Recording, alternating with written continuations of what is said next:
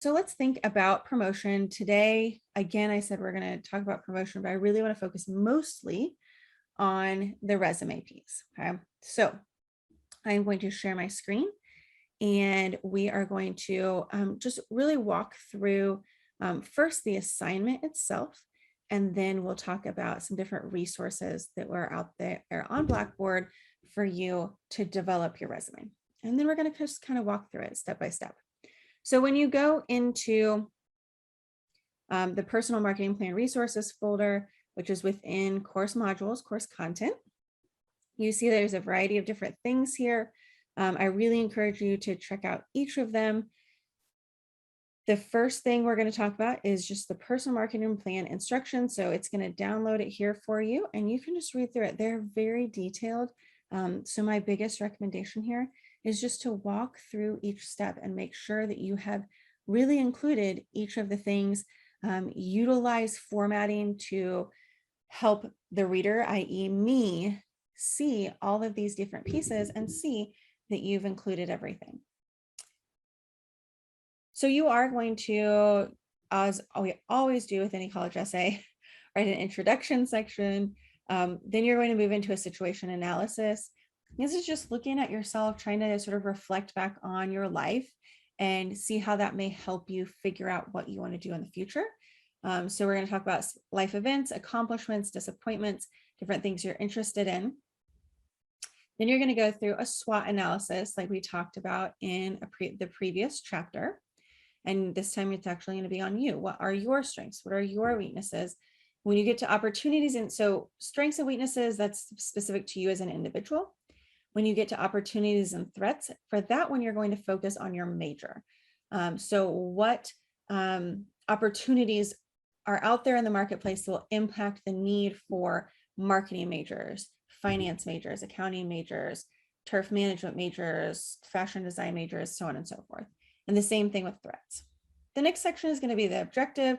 This is just sort of taking a long view of your career and looking at where do you, if you could really get to exactly where you want to be in 10 years, where would that be?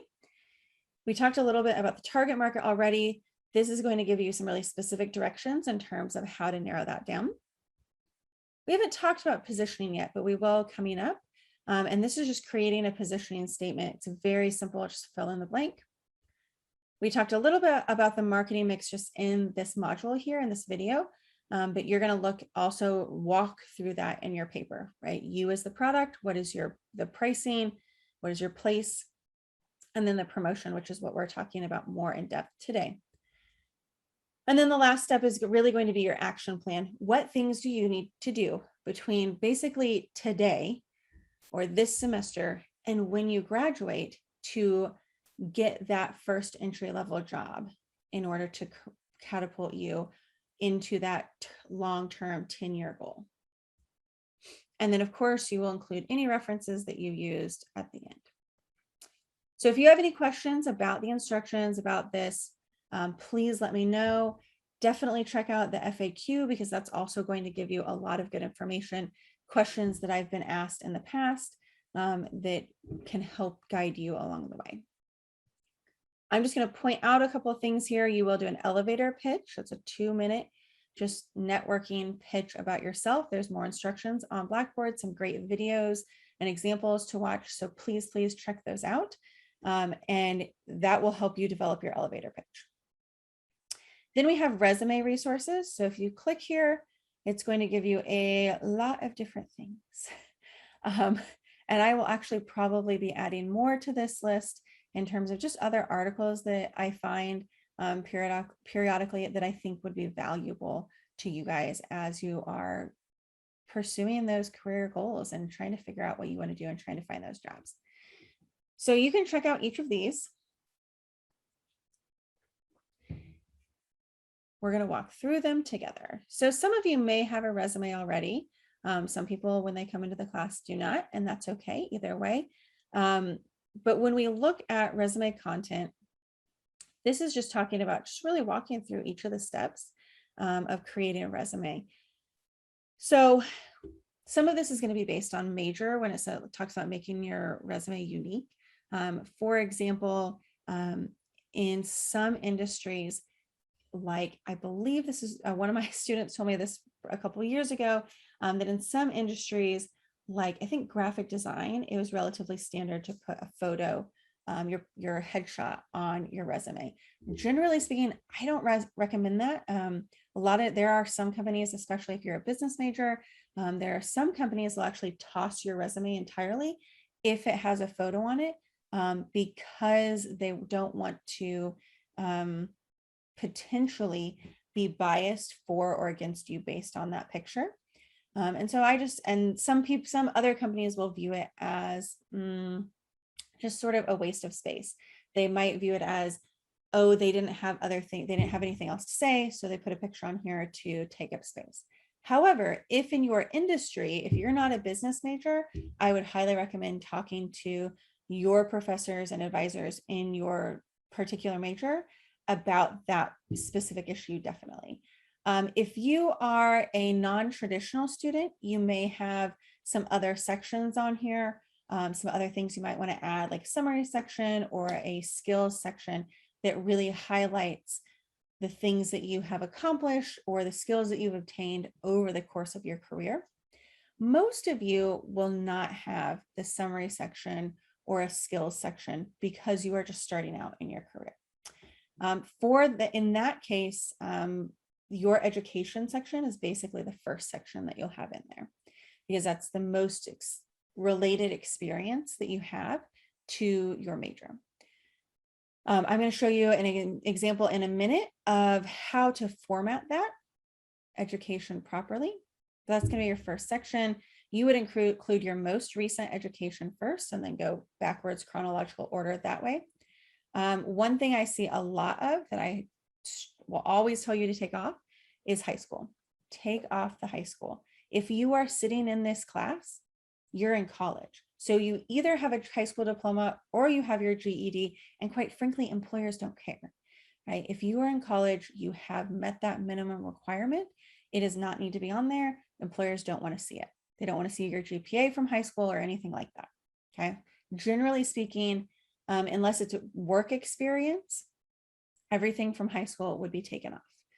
So take off that. And then also, if you attended another school before you came here and you did not graduate, you did not earn a degree from that school, do not include it.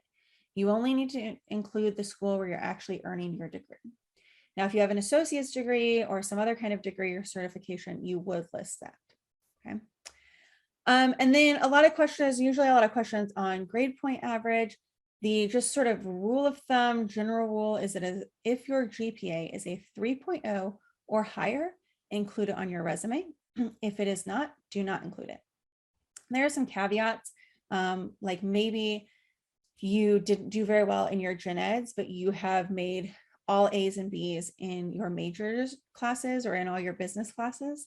And so sometimes someone will put like business GPA instead of overall GPA on there, if that makes sense. Next, we're going to have work experience. Let's see if I can make this make sense here. There we go. So next is going to be work experience. So this is primarily going to be jobs, internships. But if you are struggling for that, especially if you're a senior and happen to be in this class, think about potential projects that you've done for classes, especially if they were something where you went out in the community or worked with businesses or nonprofits or other organizations out in the community that you might be able to draw some experience from as well. I'm going to show you in the example resume in a minute how the appropriate way is to format your work experience.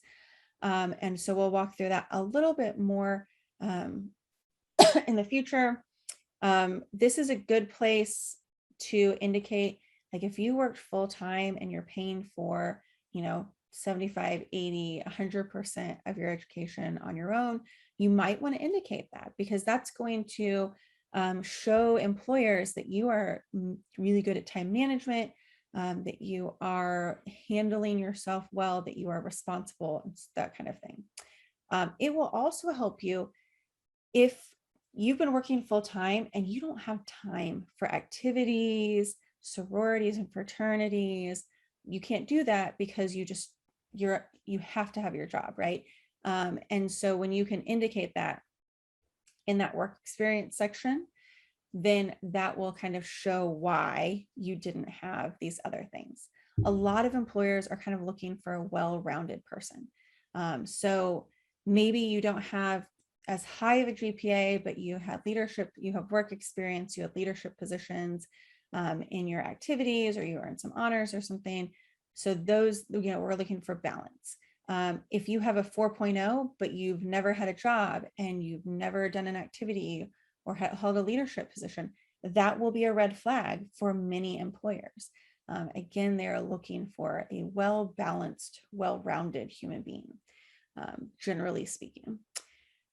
So in this activities, honors, and leadership section, it could be a broad section. You may want to split it up into multiple sections if you have a lot of this, just to make it really clear which is which.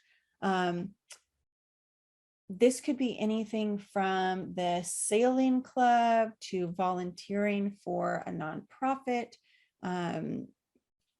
a fraternity, sorority, scholarships that you've earned, all kinds of different things there. If it's something that's specifically academic, like maybe being on the honor roll or dean's list, that could go here in this last section, or it could also go up in the education section. And then one more thing while we're on here, if you have had an internship that or a full-time position or any position that is really directly related to your major or something that you're applying for, you may want to split your work experience section up into 2 sections. And so let's say you're a marketing major and you want to highlight your marketing experience. You'd have your name and stuff, education, and then you would have marketing experience as its own section. You talk about that position or more than one position, and then list your additional work experience in a separate section.